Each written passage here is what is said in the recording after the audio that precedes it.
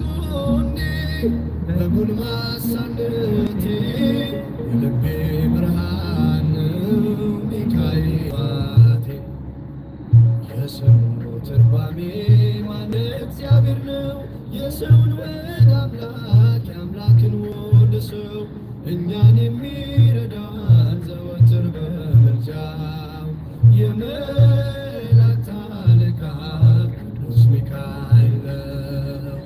የስሙ ትርጓሜ ማን እንደ እግዚአብሔር ነው የሰውን ወደ አምላክ የአምላክን ወደ ሰው እኛን የሚረዳን ዘወትር በምልጃው የመላእክት አለቃ ቅዱስ ሚካኤል ነው።